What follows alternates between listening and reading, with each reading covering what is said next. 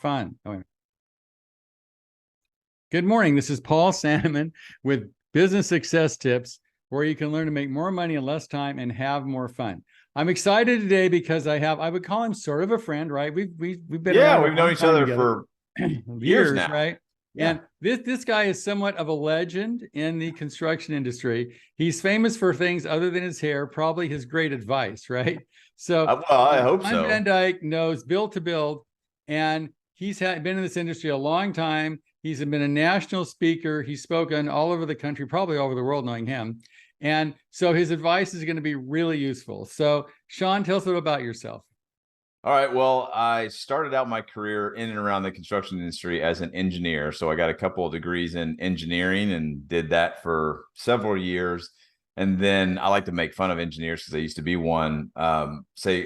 I knew how to calculate a lot of stuff, but I didn't know how to build anything. So I got out of engineering and got into construction management, working for large commercial general contractors. Then that led me to eventually working for a real estate developer. And I traveled around the Midwest and the Southeast and helped build retail developments. Really like that. My wife didn't like that as much. I was married at the time. I think we had 2 kids and I was on the road 3 or 4 days a week.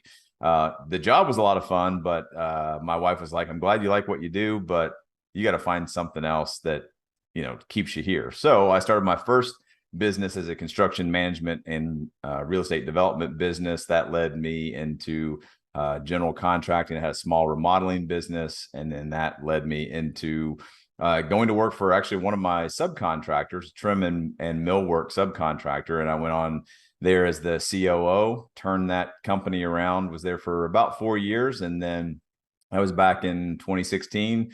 I figured out, hey, I think I can do kind of this system stuff. I'm a big, back from my engineering days, I'm a big systems guy. I'm a systems nerd. So I just took the idea of systems development, operational systems out to other contractors, started my coaching and consulting business. And while I was getting that up and going, I was like, I think I might be able to speak on this. And so started speaking and traveling, wrote a couple of books. One that, really kind of took off the past several years, published it in 2018. That was Profit First for Contractors. So it's a financial cash management system for contractors, and it's been kind of a whirlwind ever since. So just so the audience knows, where have you spoke that people might know about? I speak pretty regularly at JLC events. So the Journal of Light Construction, JLC Live, they've done those. They used to have one up in the Northwest. So I did that Northwest. And then also the one up in New England, up in Rhode Island, speak at IBS every year. And then a bunch of other regional and national suppliers, building suppliers, and other industry folks that put events together. I've kind of just been all over the place. So I would say you're one of those well-known speakers at least of the residential construction industry right now. I mean, so if you haven't heard him speak, he's a really good speaker. He speaks all over the country, and he's an amazing guy when it comes to giving a good talk. So now we're giving a good talk here, right? So, yeah. Shawn, tell me, what if you could give, what advice to give to contractors that you think makes a difference? Because most of the guys listening, there's ladies listening to this, are between 1 million and 10 million. And if you're giving them, like, if you got to learn a couple of things, make sure you do this. What would this be? Well, again, this comes from a systems guy. So the more work you put in place, and as you grow your business, the more work that you do, if the math of your business isn't correct, you cannot outwork the math of your business. And what that means is a lot of contractors, as they grow, they see the top line, they see the revenue coming in, and they think, oh, I'm growing, and it feels good. And maybe there's some cash flow. That's all great. You got to have the top line revenue. But if you're selling or performing projects at the wrong price, you'll run out of time. You'll never be able to outproduce the math of your business. And in general, what I mean by that is if your markup that you're putting on your cost of goods sold, the labor, equipment, subcontractors, materials that you're purchasing, if you don't mark those up to create a margin, those are 2 different things, markup and margin. See, this is all math stuff. I'm nerding out already. If those numbers aren't correct for what your business needs, just doing more work will never solve the problem. So in fact, what's the difference between markup and margin? Yeah. Markup is the amount of money that you add to your costs to determine your price. That's it. So if I buy something for $100, whatever that is, I'm going to mark that up by, let's say, 50%. So I'm going to sell that $100 thing for $150. That's going to, and this is where people get confused. So they say, oh, okay, I bought something for $100. I sold it for $150 and I made let's just call it gross profit of $50. And a lot of people think, great, a 50% markup gives me a 50% margin because I made $50 on the $100 thing that I bought. 50 divided by 100 is 50%. I'm good. And that's absolutely wrong. What you have to do is say, I bought the thing for $100. I marked it up by 50% and sold it for $150. That produced $50 of gross profit. And then divide that $50, not by my cost of 100, but of the price, 150. 50 divided by 150 is 33%. So a 50% markup, the amount of money that we add to get to our price, gives us a 33% margin. Okay. Now, I just had this with a client the other day. If you're doing, let's say, remodeling, small bathrooms, that kind of stuff, I've seen people say, well, you shouldn't, give free estimates, and you should, have like a, whatever, 40, 50% margin and that kind of thing. And there's also, if you're building $3 million houses for architects, that's not going to work, right? You have to adjust because that may be 15%, but it's 50% of $1 million versus 40% of 50,000.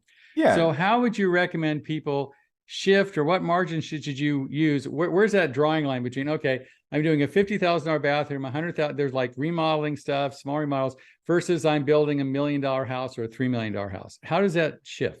Well, it really comes down to defining what your business model is. So for a small remodeling contractor, for example, or maybe even a service-based contractor, I would say the smaller the project, the higher the margin has to be, because for a $1 million project, custom home or whatever, I can get a lot of people, a lot of crews, a lot of things going on at the same time. So it's very efficient as far as the dollar amounts are concerned. I can throw a lot of costs at a bigger job.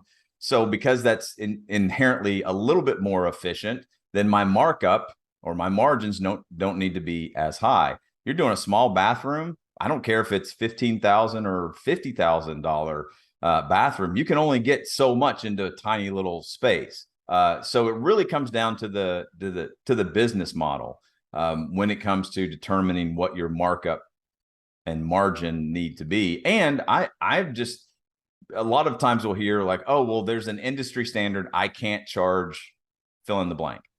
And I'm like, it's your business. You can charge whatever you want. It's just, how good are you at selling that? And if you're not very good at selling, yeah, you probably won't be able to have a really high markup or a high margin. But if you deliver an excellent experience and focus on selling the value of your work instead of just the costs, there's always going to be somebody cheaper than you. And you see it in every industry. I can go out and buy a used Honda Accord for, I don't know, probably $8,000 and get a pretty decent Accord. Now, I won't ask you, Paul, what you drive, but there are people out there that will go spend $80,000 on a BMW. It's still got 4 wheels and a steering wheel, but there's different values associated with that. So I just say, hey, whatever your value is, you got to determine. We can be lower than that other person. They still deliver a pretty good, a pretty good project or a pretty good experience. So it's all relative. But when it comes down to, especially when contractors have in their mind, well, I can't sell it for this much. Why not? Prove yourself right. You can always come down, but that's where a lot of contractors get stuck, is they think I should only charge 20%, or they're almost scared of making too much money. I would rather sell one customer for $1 million than to sell 10 customers at $100,000. Right. Well, I've noticed that lots of times when you're building custom homes, you can build stuff into division 1, right? Supervision, a lot of the kind of stuff that you can't build into a bathroom. So, the guys I know that are 10 million are still knocking down $1 million net. They're doing fine. And the guy, so it's a different business model, and you have to, like, you're right, adjust your pricing to your business model. But I think if you're netting 10% plus your salary, you're probably doing okay. Yeah, I think those are great rules of thumb. And I see it all the time. I've worked with clients that are doing $20 million in custom homes a year.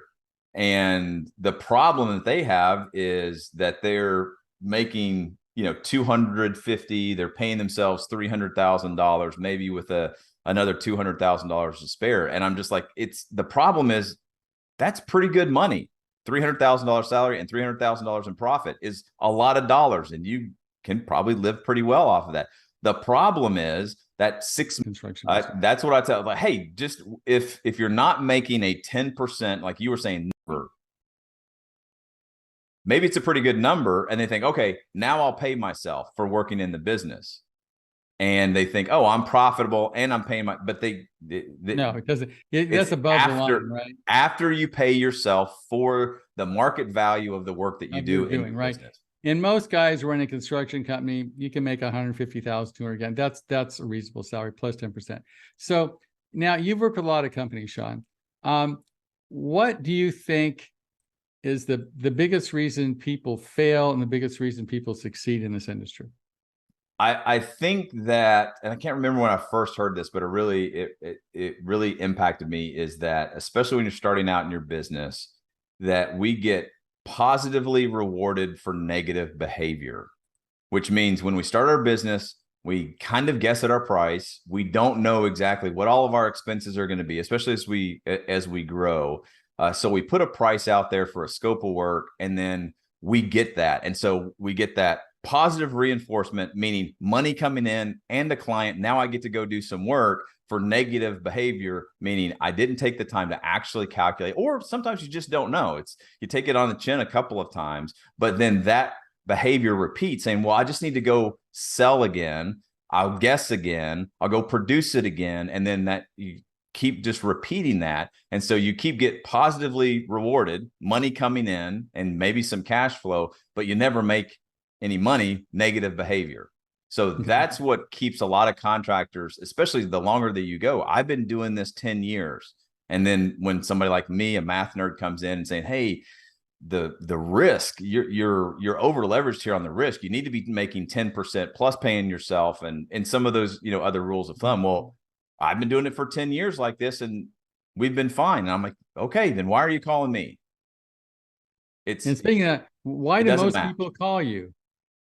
Well, most people call me because they just don't know what they don't know. And the problem is they think that they're the only ones that don't know it. But so many contractors don't. And I always tell people, I don't have any magic pill, but what I do have is math on my side. So you can disagree with my strategies or my business tactics, but we're not going to disagree on the math, because I didn't invent it, God did, and he's not changing it. So that's foundational for your business. Let's work less and make more money. And I know it sounds like I'm selling snake oil, but that's what happens when you get into the numbers and the systems of your business. So it's like I said before, would you rather work for one high margin client or a bunch of low margin clients many, many times?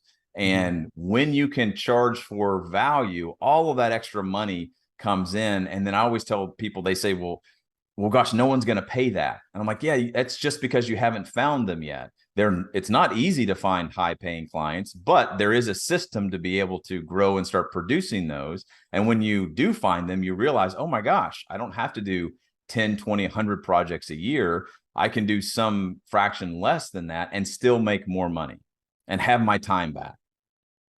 So when these people come to you, I guess the question, how do you get them to listen? I'm in a coach for, God knows, 50 years. My biggest issue was, how do you lose weight? You exercise and have a good diet. And I think we pretty much know, if you run a construction company, you know the numbers, you have your marketing together, you always market, you always recruit, you have great people, you have great customers, and it's an easy industry. This is not an easy industry because most people don't do that. So how do you inspire people to make that shift?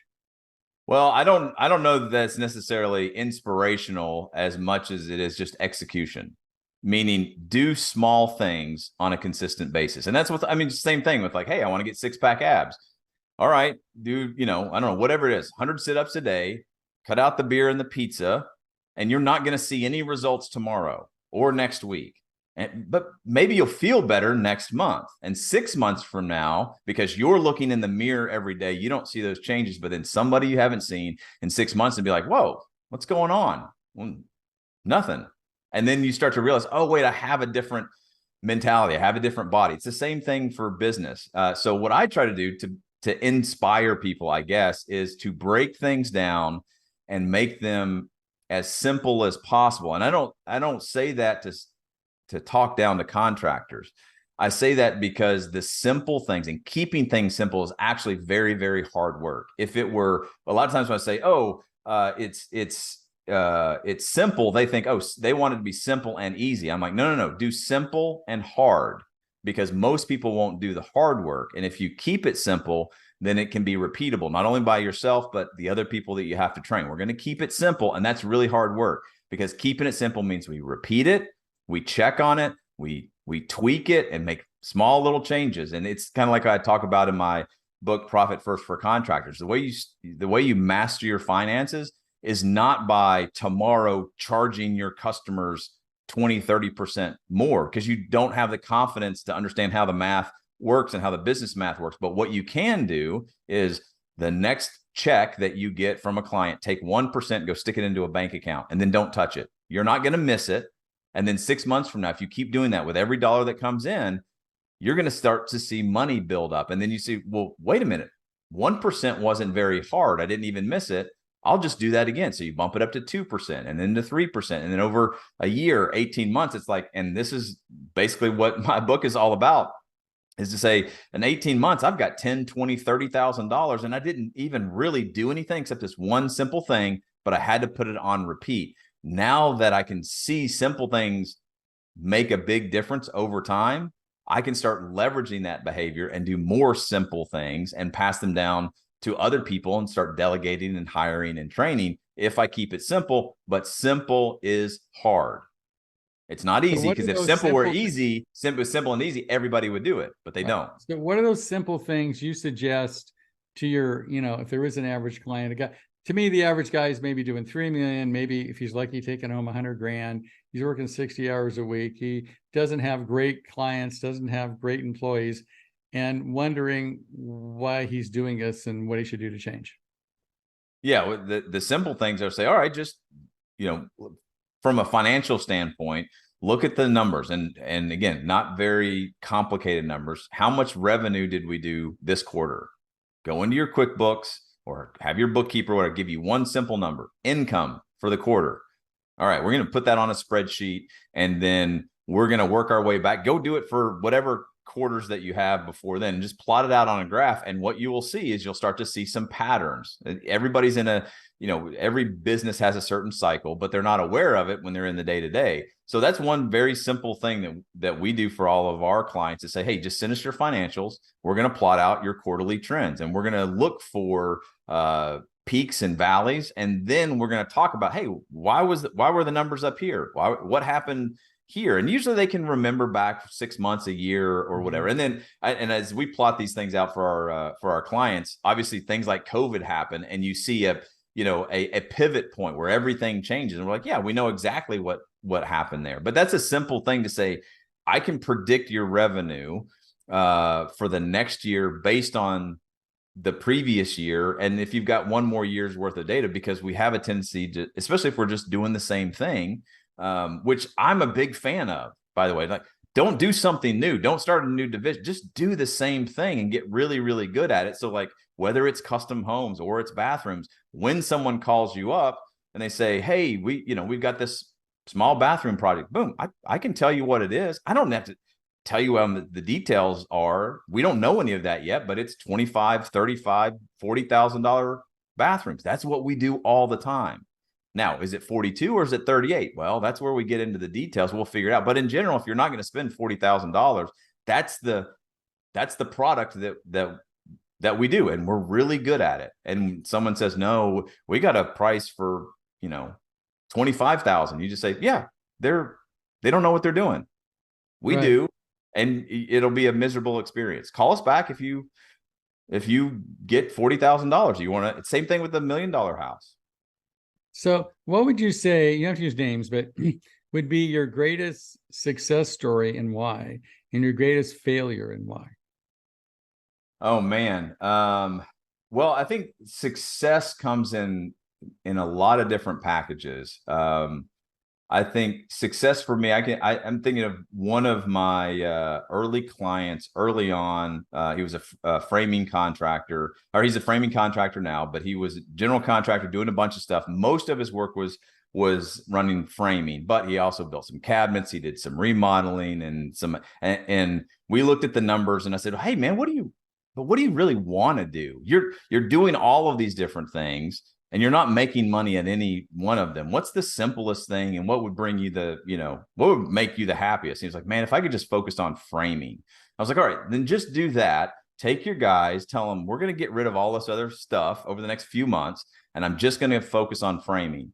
And I said, "Now, who are the contractors in your area that you want to work for?" And we listed those. And I said, "All right, just reach out to them and say, what do I got to do? What do I have to do to prove to you that I need to be your framing contractor?" And it took several reps and at bats. You threw out some numbers and get some feedback. You're too cheap. And that's the other thing is like especially for some higher end contractors, they're like, you're the low guy, and I don't want to risk the low guy.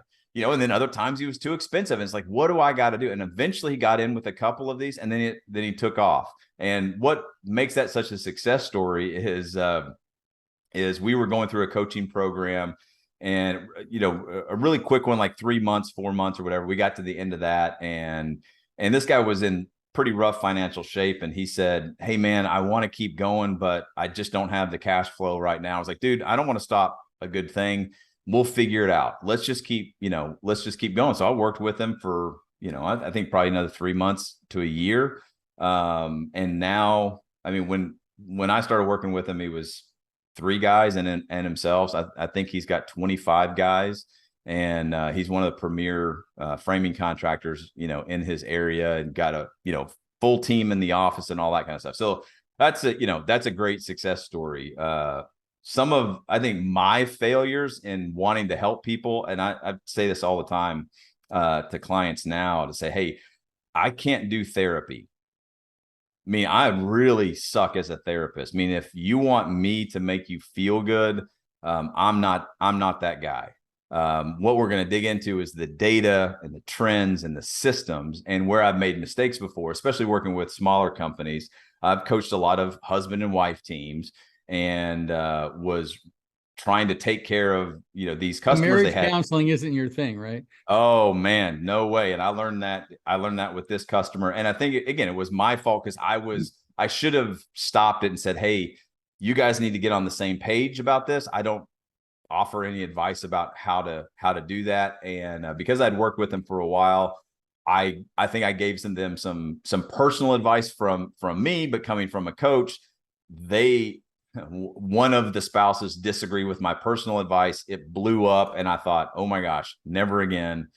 I cannot drift into therapy." Again, it's not the client's fault. It's totally my fault for trying to be a therapist. And I'm just not good at that. So I cut that off pretty quickly, and even tell people like, "Hey, I'm going to help you with the numbers and the systems.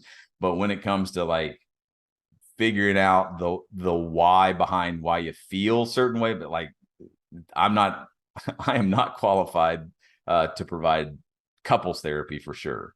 Okay. So let's say you're in an airport, right? And you meet a guy or gay, whatever, and she says, or he says, "I'm doing like 3 million, same scenario, maybe making 100 grand a year. I'm working 60 hours a week." You're never going to see the guy again. You can't help it. So you got to give this, 15-minute best shot to do what you can to help this person transform their life from where it is to where they want to be. What would you tell them? Hire an administrative assistant. Okay. Because they hate the paperwork. They suck at the paperwork. It's just not, I mean, it's just not in their being. But the problem with a lot of contractors, like that, they learn the trade or the building side of the business over several years, 7-10 years. and they just figured it out. No one was training them. They just figured out how to build a great product. And then they're known for that. So they think that they have a great business behind that because the product's so good. But like you said, they're working 60, 70 hours a week. They're not really they're making good money, but not percentage wise. The risk is upended. And then they run into this mental block of like, well, I can figure out the business side, and I'm breaking down to like the admin side, the paperwork side, because I figured out the hardest thing to do is to go build stuff. The problem is you just run out of time. You don't have another 10 years to figure it out. There's too much at stake. And the problem that they don't understand is because they hate the paperwork or they hate the admin side, they think other people would hate that too. But there are administrative folks, accountants, bookkeepers, nerds like me that love spreadsheets, that love organization. Like that's as juiced as they get as standing in front of a customer, and the customer is like, oh my gosh, I can't believe it's so beautiful. How did you build that? They can just stand back and smile. There are people in the world that love numbers, organization and paperwork just as much as you love cutting lumber and building things.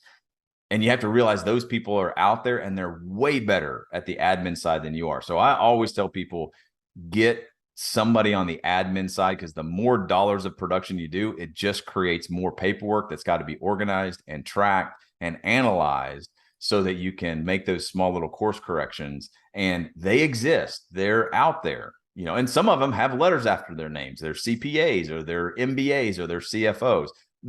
They don't want to go out in the field at all. They excel sitting behind a computer, and they love clocking in, they love clocking out, and they love organizing stuff. They're totally opposite from you. Right. I think one said, if you don't have an administrator, you're the administrator, right? Yeah. Yeah. So, and you usually suck at it. You have a horrible absolutely. That's why, I have all the help I can get. Next question. This is the last question. If someone is trying to make the transition from a craftsman to an entrepreneur or a business owner, a lot of the people in this industry have come up because they're craftsmen. They're plumbers, they're electricians, they're good at their trade, right? Because they're good at their trade and their boss laid them off or whatever, they decide to start a business, right? So obviously the skill set for being a good carpenter is different from the skill set of running a construction company. How can people make this transition from craftsman to entrepreneur and leader? Well, that's a big question. I would say it like this: the sooner that you realize that everyone is capped, there's a line in their business. Draw this line on a sheet of paper. Then right next to that line, you write your abilities. That's it. Whatever your abilities are, whether they're in the, on the craftsman side, the business side, whatever. This applies all across the board, saying, okay, that's the limit of your business. Now you got to find people, if you find people that are above your abilities, you hire them and you get freedom. Below your abilities, you get help. And sometimes you just need help. We need help in the business. We need help in the field. And that's totally fine. But the more often the times that you can hire people or bring them into your organizations that are above your abilities, meaning they're better at bookkeeping, they're better at building, they're better at whatever it is, you're buying yourself freedom. And then I would challenge that craftsperson that's thinking about, going out on their own or starting their own business, of always thinking about, all right, at some point, you're going to need to stop hiring help and start hiring for freedom.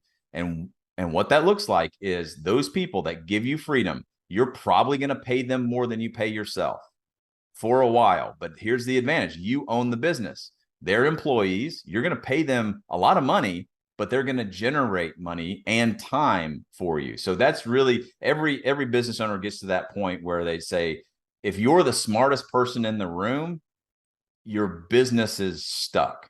You got to get around other smart people. And it may not be smarter than you at building or whatever, but even then, if you can, when I say, smarter than you, if you are looking at somebody out in the field, let's say they're, 22-year-old kid, and you're looking at them, their abilities, you got to remember back when you were 22 and how much you knew, and say, wait a minute, that guy or that gal at their age is smarter than I was at that same time. that's an indication that you're going to buy some freedom. Yeah, sure. They don't know as much as you now because you got 10 more years of experience. You got to look from their perspective to say, they've only been doing this for 5 years. And at my 5-year point, I wasn't able to do some of the things that they were able to do. That's part of that freedom. But at some point, you're going to have to stop hiring help and hire people with better abilities than you. And yep, it's going to cost you a whole lot more money than you ever imagined, but they'll generate far more than that. That comes down to delegate and elevate, right? One of those principles. Yeah. Yeah. Cool. And then I also tell people, like, you have to make the decision. Do I want to create a good living for myself? And there's nothing wrong with that. Or do I want to run a business? And if you want to run a business, then you have to fall in love with the business instead of the work. Great. Well, Shawn, that is incredibly insightful. If people want to get in touch with you, how do they do that? Yeah, you can check out my website, ShawnVanDyke.com. That's SHAWN, VanDyke.com. Built to Build Academy.com. That's our business training academy for construction business owners. And then I'm on Instagram, YouTube. Just Google Shawn Van Dyke and you should be able to find all my stuff. And if you want to grab the book that we talked about, it's on Amazon, Profit First for Contractors. You can grab a copy there. And I have to put this in my editor. Make sure you subscribe, right? Yeah. I always right. forget that part. Okay, cool. Well, thanks, Shawn. I really appreciate your time and have a great day. Hey, thanks, Paul. Thanks for having me on.